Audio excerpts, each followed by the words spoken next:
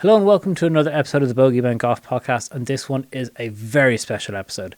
Joe Dean is a rookie on the DP World Tour and has been for this season in 2024. He really took over the headlines and was a bit of a media darling. I called him a Cinderella story on the podcast for 2024. He was a delivery driver for Morrison's, the supermarket chain, until February of this year, when in his second DP World Tour start over in Kenya, he finished in second place, earning himself just shy of €200,000. Throughout this year, his rookie year, as I mentioned, he has earned over €900,000 in earnings across the DP World Tour, finishing in fifth place or better 6 times, including 3 second place finishes. I spoke to Joe all about his year and how his life has really changed since February, as well as just how relaxed an outlook he has on playing golf professionally and competing at the highest league in Europe. This is a really good conversation. I really enjoyed it and I hope you do too. So without any further ado, here's Joe Dean.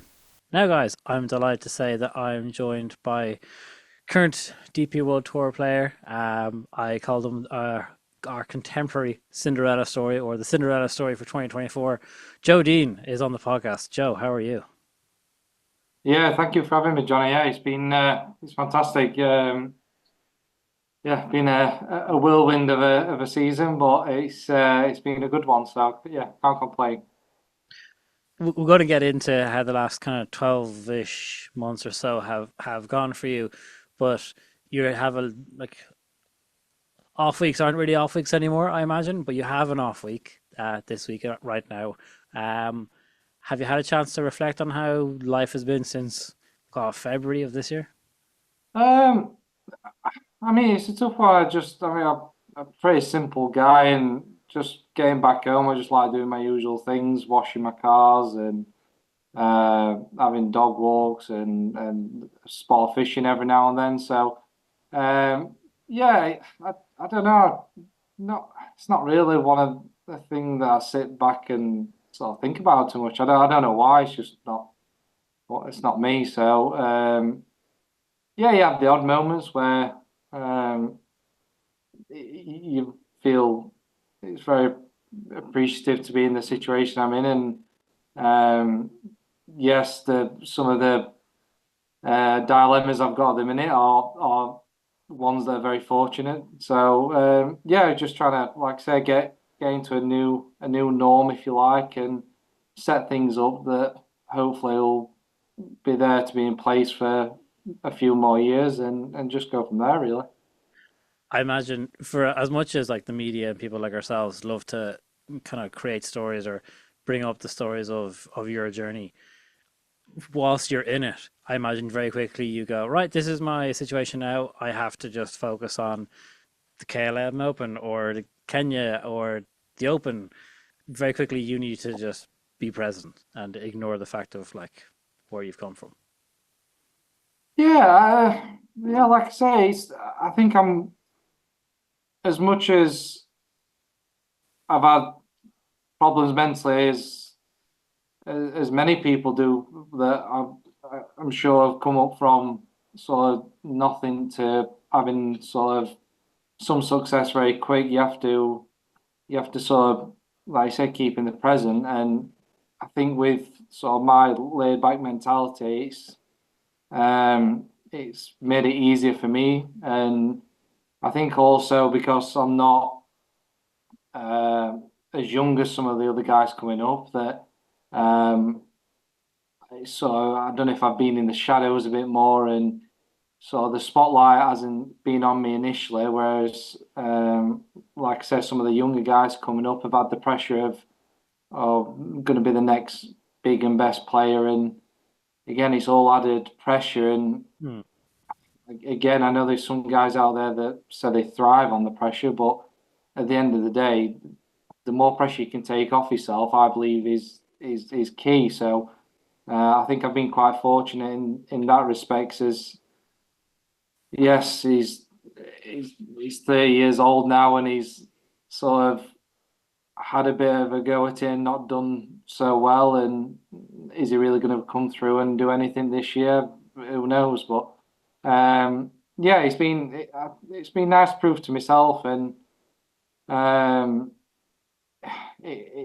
from my past experiences, it's tough coming to or moving up in a step in golf and watching the other guys around you what they're doing, and it's a very slippery slope watching them and doing what they're doing because I'm a firm believer in this sport that it's very individual, and some guys try and follow what other guys are doing. It doesn't work. Some might, and it could work, but for me, it's do my own thing and sort of pass by everyone else and let them do what they're doing. They've obviously got their reasons and it works for them because at the end of the day, it wouldn't be there otherwise. So yeah, just trying to do my own thing and keep it simple, really.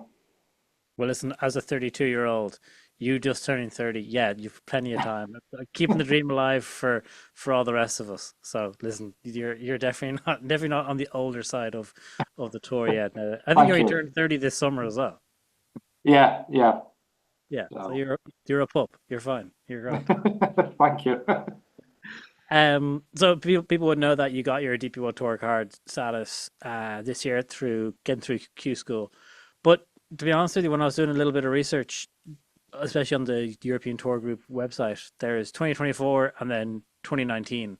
I imagine that's just a case of you weren't playing any kind of challenge tour golf or anything like that. I know you're playing kind of 1 and 2 day events after COVID, and COVID really just kind of came at the wrong time for you, really. Um, I mean, I'd probably disagree with that. I think uh, again, I don't want to sound like COVID is a good thing because it's not, but I think in terms of my career and where my golf was and the things I was doing at that moment in time, I think COVID helped my career because it allowed me to take a step back and sort of think, right, well, there's a massive, obviously, pandemic going on. It's devastating, and obviously, what's valuable in life, and at the end of the day, I've been trying to get on tour now for numerous years, and it's not gone as planned. And myself and my fiance, we wanted a house, and we sort of wanted to move on with his lives a little bit. And golf, unfortunately, at the time was sort of holding us back. So the pandemic allowed me to get a job, which in turn allowed us to afford the home we're in now. And it's yeah, like I say, as much as I don't want to say it's a good thing, but it was for me in my situation at the time. So I did well, my fiance at the time was caddying for me on the Challenge Tour in 2019, and it was a tough year. Like I said, I'd gone from the Euro Pro in previous years, doing my own thing, turning up, few chips, couple of putts, and straight on the course, to turning up, looking at the guys, they've all got trackmans or quads. It was mainly trackman at the time, but yeah, and they're hitting 100 balls, 200 balls on the range, grooving things in, trying to get 0-0 club path, everything. And I fell into that model pretty quick, and all of a sudden, yes, I could make a machine happy, but I couldn't get around a golf course. So it was a massive learning curve for me in 2019 for that season. And then, like I say, 2020 and the pandemic sort of helped me realize what was valuable and that we wanted to move on with his lives. So did some work for the local supermarket for a few years, and fortunately everything started kicking back off again in 22, and played another season at Euro Pro Tour. Again, made a few misjudgments, but at the time it was what I felt was best for my career. Um, and then 23 we sort of went back to basics, back to regional coach, and then just played 1 day events, and just like I said, played 1 day events. We had us home, and we were happy, and we were comfortable, and so yeah, just played the 1 day events. That's what led me to my caddy Max.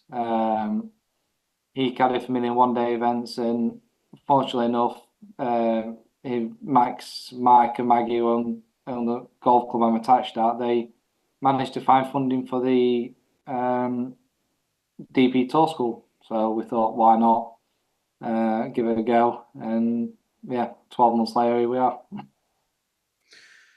So what then clicked for you in the golf game? You're also saying you kind of fell into that, we'll call it the TrackMan trap on Europro in around the late 20s or the early 20s. Um, what kind of clicked for you then in 22, 23 that you go, right, let's go give Tour Q School a go? Uh, I mean, it's a difficult one because I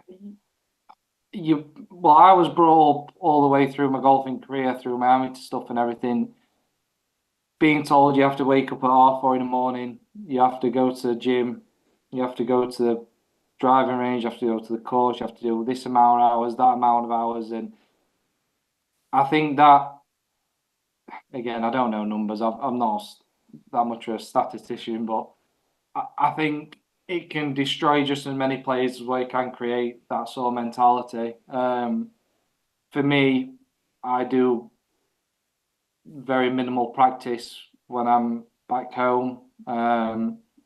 I'll play more. I enjoy playing, whether it's 9 holes or 18 holes. Um, the thing with the devices, the trackmans, the quads, and the flight scopes, and all those is, I think you've got to be very disciplined with them.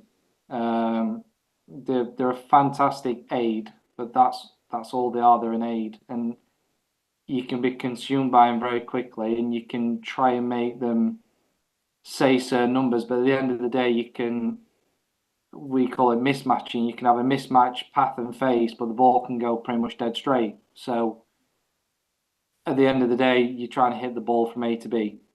And if you do that very well, mismatching it, then what's the problem? So sometimes they're a fantastic tool. But yeah, I think you can get very overwhelmed by them, and that's what happened to me, unfortunately. But I learned my lesson, and I use it now for some yardages at events, and that's about it, really. So, Well, listen, I mean, it seems like it's been working working out for you very well then this year. What was Q School like? You hear stories like I've never been personally, even just to watch, and sometimes I always find it'd be fascinating to have camera crews in there and document, follow a few players because it, from what I've heard, it is a very tough and very stressful week. I mean, it cannot be, it's as stressful as you make it, I guess. What hmm. was that like for you? I mean, so the first stage for us in the UK, typically that just feels like a Euro Pro Tour event. It doesn't feel too stressful. It doesn't feel Yeah. anything too much. Second stage, obviously, is in Spain. I think there's normally 4 stages, maybe something like that. But that's where you sort of tell, there's some guys from Challenge Tour and guys from elsewhere. You can sort of start to feel the tension. But again, it's not. I think I've managed to do well in just keeping myself in my own bubble. So I think if you go in there to try and make friends, it's the wrong atmosphere.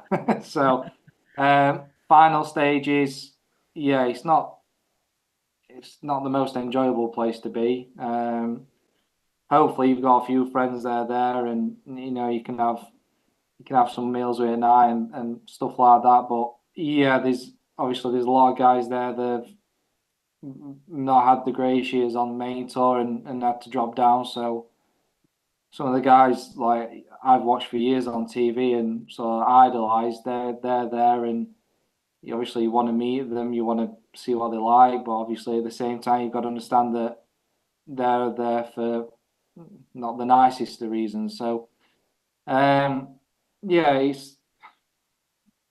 it's not a happy place to be. But again, it's there for a reason, and at the end of the day, it's a dog eat dog world, so to speak. So um, yeah, you've just got to you get there, you do your job, and try and get one of the cards.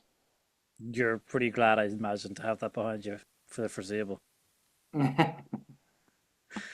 So then you get your card, obviously, and then you head over to Qatar for your first event. Um, doesn't quite go your way, but then Kenya comes up quickly enough afterwards. 2 weeks or so after that. Yeah, something like Yeah, that. and that's really then where you kind of explode from a media perspective. Yeah, that's Great, when it all went yeah, crazy. Again, I think this is one of the things I've said quite a few times is your Rory's, your Scotty Schefflers, and guys like it makes me appreciate what they can do a lot more because Qatar, for them to play back to back and contend back to back weeks. I don't know about the PJ Tour because obviously I've never played on it, but from a DP Tour standpoint, the courses vary so much week to week that my game didn't suit how Qatar was playing. So my driving wasn't that great, and hitting fairways was key, and you had to hit driver a lot.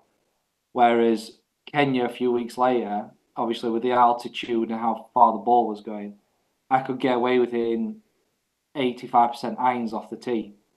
okay, So then all of a sudden I'm in play, 7 irons going 215, 220 yards. So all of a sudden you don't necessarily have to hit it 340 yards, 330 yards down a fairway to have an 8 iron or a 9 iron in. So then all of a sudden it sort of becomes a little bit easier, I'd like to say, but for me it did. And that's the mad thing about it is how much the courses vary from week to week. I mean, just before Qatar, it was over in England, and you're playing obviously through the winter, very wet courses. Ball doesn't travel very far. It's heavy atmosphere. To out in Qatar, it's a pretty windy place. mm. The ground is very hard. The greens are unbelievably fast and unbelievably firm. So it's a completely different mindset, and yeah, you've just got to be very quick to try and adapt. And to be fair, my game wasn't that far off. I think I had a couple of good chances coming in to make the cut, but yeah, just didn't go my way, and just you've almost got to understand the reason why and then move on. Yeah. Well, I think when you come back and look through the season and so far, things have gone your way. Yeah, For the most part, I'd say you probably look back at things like the KLM and what could have been, but don't worry, we're gonna get into all of that. So then the final round of Kenya comes up and finish second. Um, I know that you guys get texts then on the Monday afterwards with what the earnings are, and that money's gonna get transferred into your account. What what's your first thought when you get a text message saying you're gonna get, what is it, 199,749 euro and 4 cent as well, which is weird. well, it would have been nice, but each country has a withholding tax, unfortunately, so you have to factor that into place. But yeah, for it to still be six figures after that, it is fantastic. I don't know, myself and my fiance, we're not we don't spend much money. We just we live, like I said, we live quite a simple life. We don't really do much, quite boring really. But yeah, like I said, for us at the minute, it's just finding the right people and figuring out what to do with it all. Really, we're quite conservative people, and we don't like. I'm big into my cars, and I'm sure I've bored everyone up with the last sort of 6 to 8 months of what new car you're getting and what you're doing. I was like, oh, just one more good result, and I'll get a car, and then another good result, and then I don't get one, and then I'm still. Um, Have you got a car yeah, yet?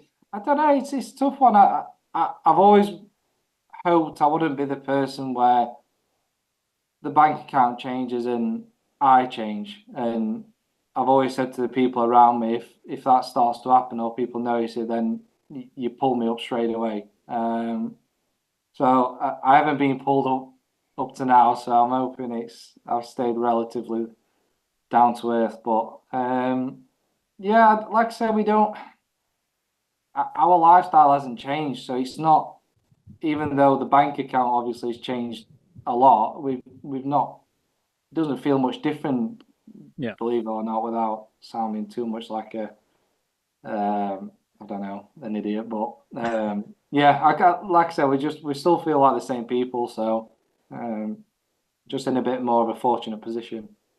Yeah. And I mean, like professional golf isn't all private jets and fun parties. So No. getting a paycheck like that, I imagine you're talking about the fact that in the last couple of years you guys went and you bought a house. There's the security there of being like, all right, cool, like we're going the right way here, and things are going to be okay. Yeah, definitely. I mean, yeah, it took some persuasion, but I've managed to convince her into um, quitting her job so that she can be my full-time babysitter, pretty much.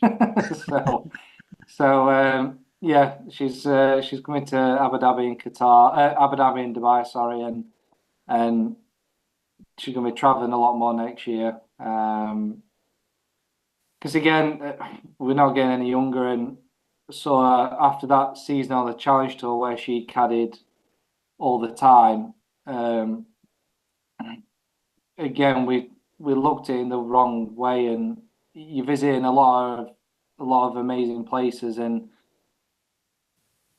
when you're missing cuts week in week out, it's not a nice place to be, and all you want to do is just sort of curl up into a ball and do nothing. So we missed out on a lot of sightseeing. We missed out on a lot of living, really. So Mm.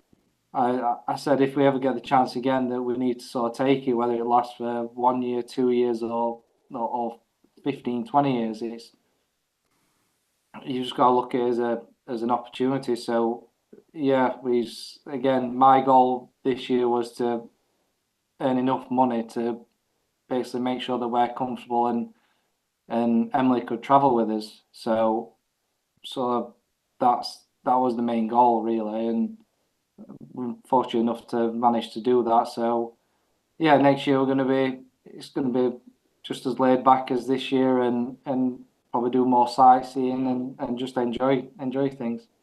Very nice. So you got to build a couple of days in between on down weeks or on travel weeks. Go check out some sites, which is nice. I mean, the tour life can be lonely for sure, and bringing someone or Yeah, like a partner along is just a nice way to spend a couple of days. Like if you're on a down week or not down week, but you've got a couple of days in somewhere like mm. India or Abu Dhabi, yeah, you want to spend it with your family, which is lovely. Yeah, definitely. Yeah, yeah, absolutely. You then followed up Kenya pretty quickly in the next couple of months with great results in Sudal, and then we'll talk about the next second place, the playoff, then in KLM. Three man playoff. You must feel like now you're in your rookie season. You're in that position again where you're in second place. Now you're in the playoff. You must feel like right. I can mix it here with these guys, and I can win here. So how tough was coming up just shy to Guido Migliozzi? Um, I mean, from a, I'm always a glass half empty guy. I'm never a glass half full. So for me, in that playoff, yes, it would have been amazing to win, but at the same time, I looked at it as if right, I'm coming tied second. So at the worst case scenario, which is a lot of money, it's a lot of points. Um, I wasn't quite sure on the open status. I thought initially Marcus was the higher ranked player at that moment in time. So um, yeah, I thought Marcus and Guido was going to get the open spots, but again, I felt better in that situation because obviously I was the new face, and probably not everyone, most people had the money on Guido for obvious reasons, and then Marcus, then me. And so I think that took a lot of pressure off me in such a high pressure situation. Um, I, I just tried playing the whole like I played it all week, really. I wasn't trying to do anything special. Um, and just see what happens, really. I mean, he's for me, it's in these nerve-wracking situations, it's quite obviously there's a lot of pressure there, and I sort of get to a point where it's basically, excuse my French, am I allowed to swear? Can I swear on Far away, far away. this? Basically, a fuck it moment. If you've done enough work up until that point, or if it's meant to be, it's meant to be. Mm. So you can stand there and think, "Oh, wife this, wife that," but at the end of the day, someone's going to win. Someone's going to hit the right shots at the right time. And if it's my time, it's my time. If it's not, then again, second place in a bad place to be. So um, again, a lot of psychologists will probably be shooting me for this, but it's again, it's looking from where I've started to being in a playoff. You've got to keep yourself grounded, and like say, if someone had told me I'd have been one second place this year, I'd have took it. But so yeah, it's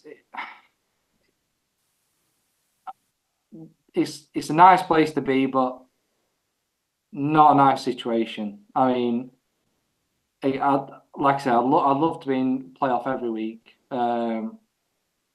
but the actual moments of being in the playoff for me, they're not a nice situation. There are a lot of pressure, a lot of people watching, a lot of everything, and it's tense, it's uncomfortable, and you swing the club and you hope that it goes where you want it to go, really. Well, yeah, I think it's a funny one where you're talking about the what the OWGR rankings and where you sat then, and obviously got your qualification into the Open Championship through that ahead of Marcus. But you look at like I'm sure it probably took you a day or two, but you come back and you go right. So I've played 6 times here on this tour. I've come tied for fifth or better 3 times, finished twice, finished second twice, and I'm now in the Open. Like, yeah, I didn't get my hands on the trophy, but at the same time, like, there's a lot of freedom that's been afforded me now to just go off and enjoy my golf. Yeah. To be honest, I don't know why. I wasn't really thinking about it too much. It was just another week, try and make the cut. If we can make the cut, can we try and get inside the top 20? If we're inside the top 20, can we try and push? It was just a knock-on effect of that. And again, the year's gone so fast that I don't know if it's that mentality, but just one event rolled into the next event, rolled into the next event, and then before you knew it, it was like, oh, you've made 11 consecutive cuts or something like that, or whatever it was. I can't remember, but I didn't feel any different to what I was playing the one day events. And I think speaking to a few guys when I've got back, they're still playing the one day events. They're after what the secret answer was, and there wasn't one. I just played average, average to good golf at the right time, and then very good golf at the right time, and that was just tour school. And that's the difference between obviously still being on the one days and playing tour golf. Uh, now I think there's a big difference between. I know I came close a few times, but I still feel like there's quite a bit of a difference between that and winning. I think you need another little edge to you to be able to get over that line, which hopefully can. I mean, it'd be fantastic to find in the next few weeks coming up, but Geez, what yeah, events to do it in? Yeah. yeah, it would be very nice. So I don't know. We'll see. Like I say, I worked with my coach over the last few weeks and next week as well before I go out. So it, if it's next week or if it's over the next few weeks, it'd be fantastic. If not, then hopefully we can find that edge in the coming year. but yeah, I don't know. It was sort of a bit surreal. We just myself and my caddy, and over this year, Max, and being good friends, and we just I just don't think we've overthought it too much, and we've just tried keeping it as one day at a time, one hole at a time, one shot at a time, and just if it's been good enough, it's been good enough. So It's a great outlook at it, and I mean, you make it sound so simple, which I guess technically it probably is, but when you put it into practice, golf is really anything but as simple as you're making it out to be. So you move on then to the Open Championship, your second major start, second time playing the Open. For last time was in what 2017, so seven yeah. years ago. Um, two very different experiences, I imagine. Two very different results as well. Top 25 this time around as well. Um, what was Royal Troon like? Firstly, Um, true. The course was fantastic. Um, I my personal opinion, I prefer Birkdale as a course layout, but true, yeah, the course was fantastic, and obviously the facilities and everything there that week. You treated her like quite a special person. So yeah, it was a good week. I think I played nine holes. Was it Monday and Tuesday with Dan Brown, a good friend of mine. So we yeah, played, and we've had Dan obviously, on the podcast as well. all right, yeah, yeah. Yeah. So yeah, we played with Dan Monday, Tuesday. I think we did back nine Monday, front nine Tuesday, and again Monday night pretty much flat calm, not much going off, and then Tuesday the wind picked up, and then Thursday, Jesus, the Mm, wind, and then Saturday I think it was as well. The wind was yeah, it kept you on your toes. Par was a very good score, and trying to get off a bogey train was felt near on impossible. So um, yeah, I think it's what the RNA want. They want a good test of golf, and they want to try and keep it fair. But obviously, again, they don't want anyone shooting 20 under. So um, yeah, it's sort of what I expected. A bit of a grind, trying, like I said, just make par as much as possible. And if you get a birdie opportunity, you got to try and take it with both hands and run to the next hole, really. But yeah, we played okay.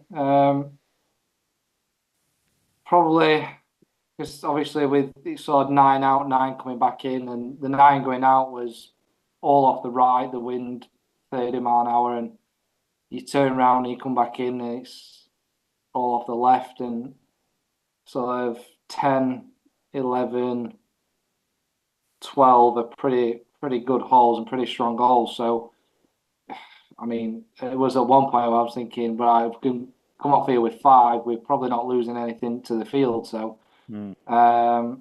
yeah, just again, tried just keeping one shot at a time, and um, yeah, we just kept digging and moved on really. So, Just another regular event.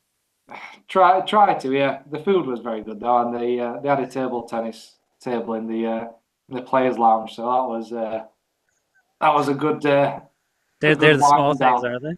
Yeah. You weren't staying in the house with Dan Brown that week because some of the TikToks and videos that he was putting up were absolutely gas. No, he had his friends in the house. Yeah, I think yeah, I'm not so much of a party animal as Dan, and yeah, it looked a good time to be fair. Yeah, So yeah. And all fairness to it him, worked for him too. it does work for him. It definitely does. Yeah, Jesus. So yeah, What was that week then? Kind of like around the golf. I mean, like we might ask your fiance there. What was the week like from the surrounds? Because obviously it's a bit bigger. You kind of there's a lot more to it. How well treated are the friends and family? yeah, it's a little tougher for friends and family at the bigger events because obviously the tickets are a little bit more restricted than that. So you want to try and treat friends, family, and sponsors to Players Lounge and obviously meet some of the guys that they see on TV. But unfortunately, it's a bit more difficult than that, and it's the ticket situation is a little bit of an headache. But yeah, everyone's just happy to be there, and um, it's definitely warmer and nicer to sit on the settee and watch it than it is to be there. But it's special. It's the Open. There's just something about it that just seems right and just feels like a place you want to be, and the staff and everything are fantastic. So yeah, it's really good, and it's like I say, it's a true test of golf. So it's good to watch. Yeah. I imagine you're going to want to be in Portrush next year, rather Yes, than on the yeah. couch. This is if I could somehow stay in the top 30 for the Order of Merit, then I'll get into Portrush. So that's it'd be nice. If not, if we'll try and find another way, but it will be Right. nice. You're sitting in a number at the moment. So you're what, 29th in the order? So 29th, yeah. So go look, play a you're couple of good weeks and we'll you're be doing there. doing the right things. Who were you paired with for the first couple of rounds then? And were they very like?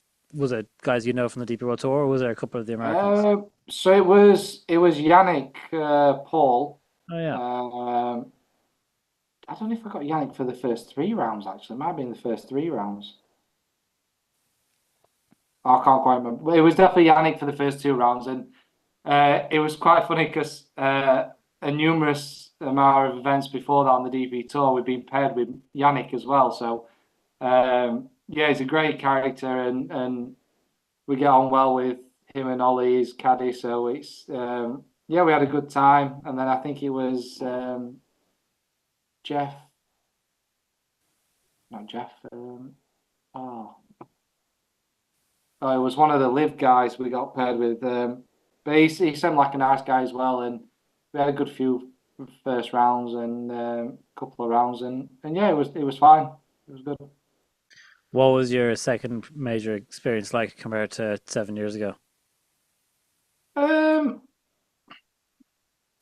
I think it was very similar. It was not as daunting. I felt like obviously with a few good results I had before that, I sort of didn't feel too out of place. I felt like with qualifying through the open qualifying scheme, you sort of feel like you've just had a lucky break and you've qualified that day sort of thing. Whereas it sort of felt like because I'd done well in the KLM, I'd sort of earned my place there rather than sort of just had a lucky round and got through. So I felt a bit more confident in myself being there. Um, and yeah, it was good. Like I said, so I had a good understanding of what was going to be going off and sort of how to deal with things a bit better. So yeah, I felt like I did that, and again, we had a good result out of it. So yeah, can't complain.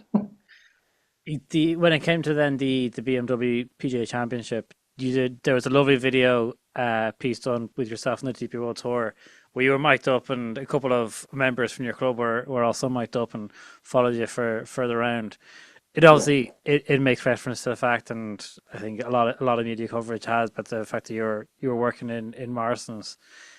Um, I guess. Well, firstly, what was your last official day in Morrison's?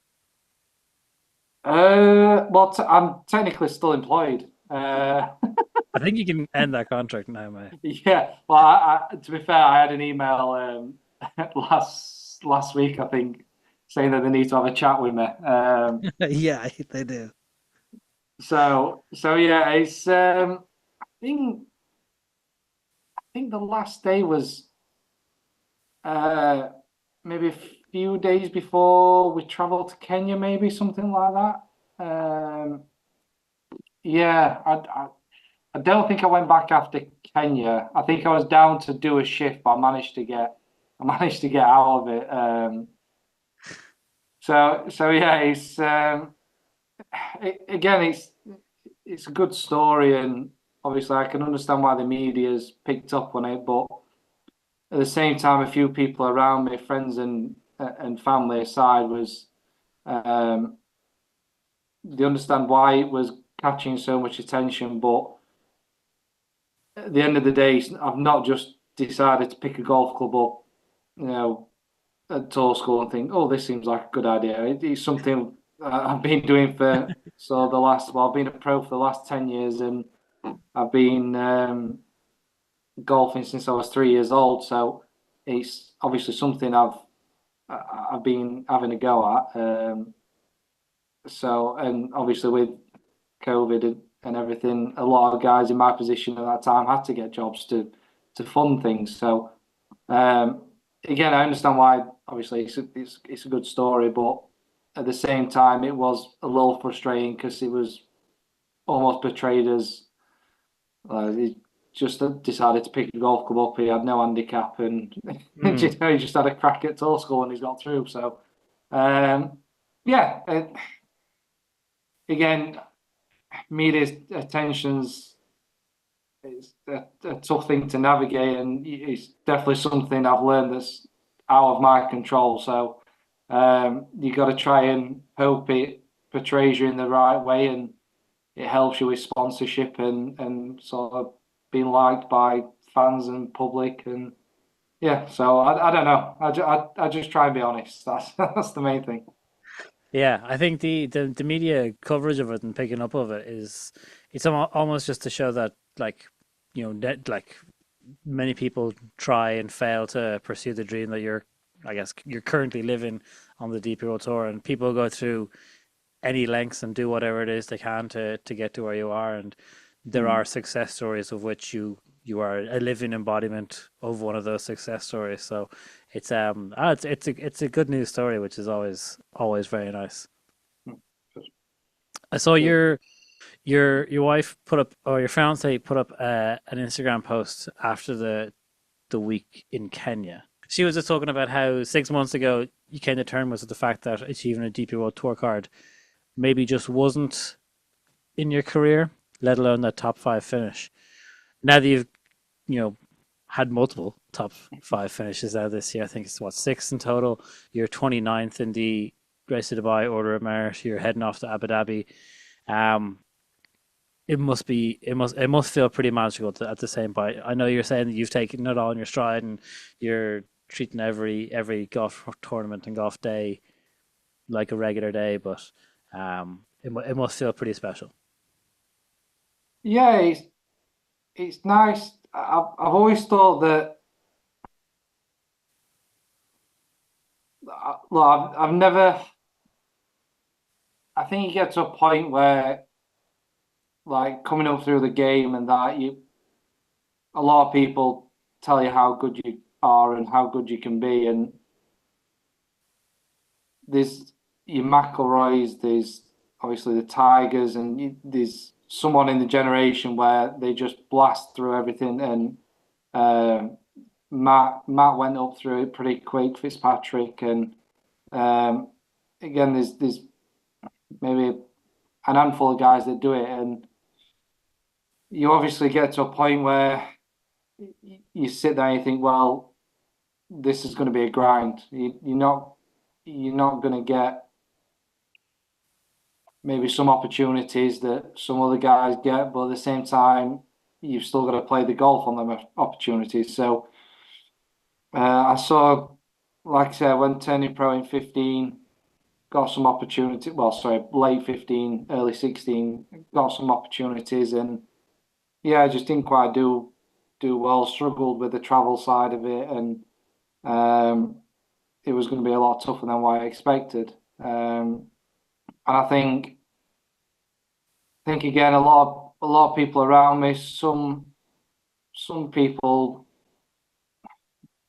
everyone still had the belief that I could probably get on tour, but to stay there and compete on there is a different story. And Um, I thought to myself that if I could play something like I could have a chance, maybe not of coming top fives or top tens, but maybe have a chance of just keeping the card.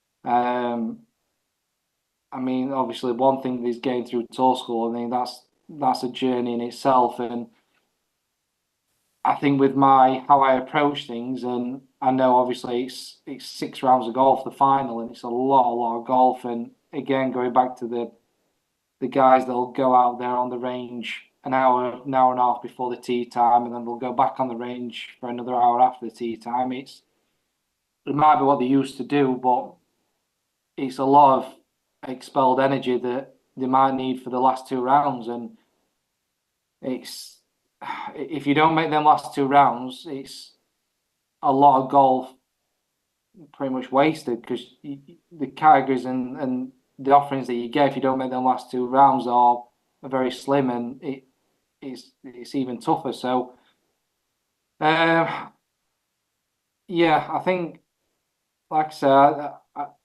from what the golf I've been playing in the 1 day events, I knew if I could just take an ounce of that to some of the events and somehow average it out for 4 days, that I could have a chance finishing top 20. And just, I don't know, fortunately enough, I don't know if it because again, I was conserving a lot of energy and just trying to get to that final day and trying to compete, that might be my sort of little secret, if you like, which isn't really a secret anymore. But I don't know if that's again that for me that's what I think works, and that's what I've sort of taken into most events. But yeah, like I say, it's hard when you've been up and down for so many years on playing golf. It does chip away at you, and you do start to think, right, what are the alternatives? And for me, I've not really got much education behind me. I've sort of dropped our sixth form and just did bits and bobs. But so for me, it was looking like a part-time job, and I knew I had a good enough game to earn a bit of money at 1 day events, and so I used that as to boost my part-time job. And like I said, we got an house from it, and we were happy, and we had saw some stability. So it wasn't a bad thing. It was just it was what it was. And again, fortunately enough, an opportunity arose, and I took it, and here we are. So Abu Dhabi's coming up.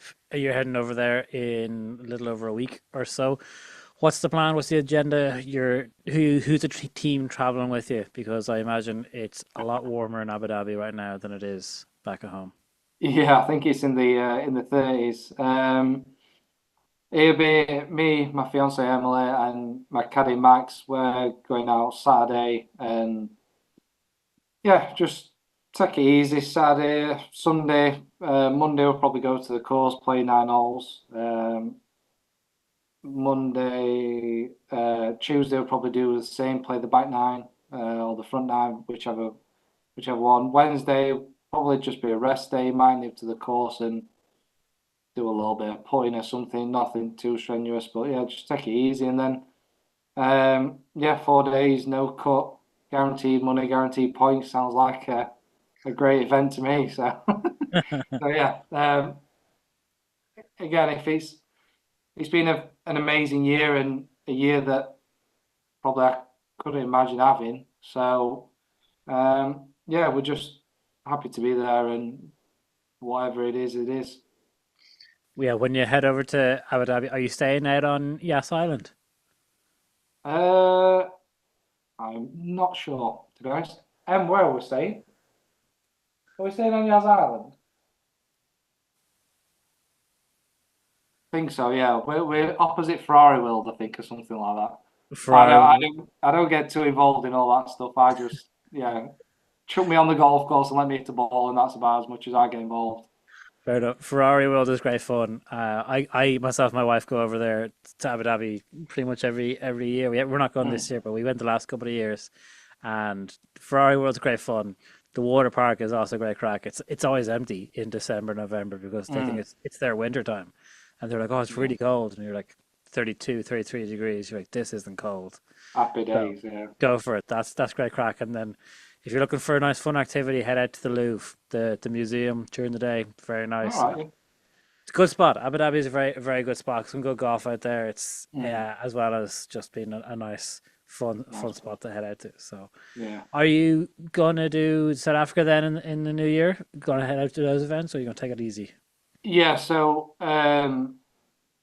yeah, this I'd love to have a month and a bit off till Christmas, New Year, and start again in January. But um, yeah, it's obviously there's two events in Australia straight after Dubai, and then there's two events in South Africa, and then Mauritius before Christmas. So yeah, we're gonna do hopefully do the Ned Bank and the and Leopard Creek. Might do Mauritius, maybe not. We'll just see how I feel. But obviously, Mauritius takes you right up to Christmas. I think we'd be getting back on the 23rd of December. So Oof. yeah, just see how it goes. But yeah, the two SA events are the next two, and yeah. So What does Christmas usually look like in the Dean household? What do you guys do? uh, I think it was actually our turn to host Christmas this year, but obviously if Mauritius goes ahead, then we might be having to take a forfeit on that one. But no, it'd just be family, probably a few friends, and just keep it simple. Nothing Larry. Don't really drink too much, and yeah, just nice. Have people around and just have a nice evening. That's all. So my last question, because it's been great to chat to you. I know I promised you it'd be a 30, 40 minute chat, and we're nearly an hour at this point. You said you're into cars, and you said that a couple of results will go your way. You might get yourself a new car. Yeah. Have you yet, or if not, what have you got your eye on? Christmas gift to No, yourself. no. Yeah, I've had my old 3 Series coupe for about 6 years maybe now, and yeah, I think I wash that more than I wash myself, to be honest. But um, yeah, it's tough. I mean, I really do like my BMW. So I've sort of been looking into the M5s competitions and M3s and stuff like that.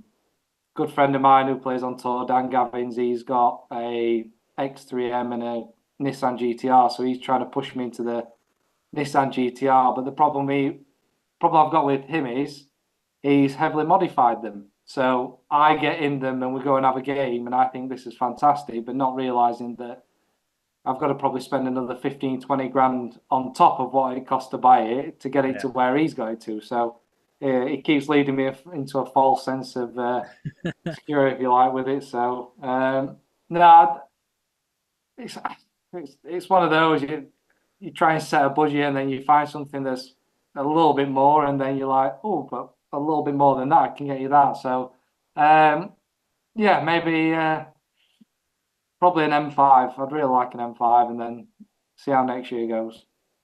very nice.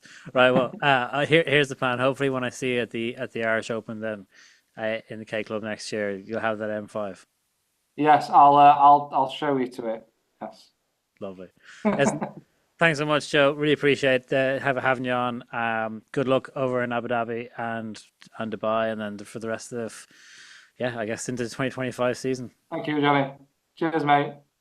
On the tee, Jack Nicklaus. This is the minute that millions around the world have waited for.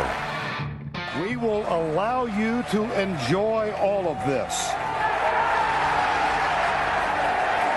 They are dancing in the pubs of Dublin. Harrington with an ace. And we have a shining star at sunset. Rory continues his run to greatness. The return to glory.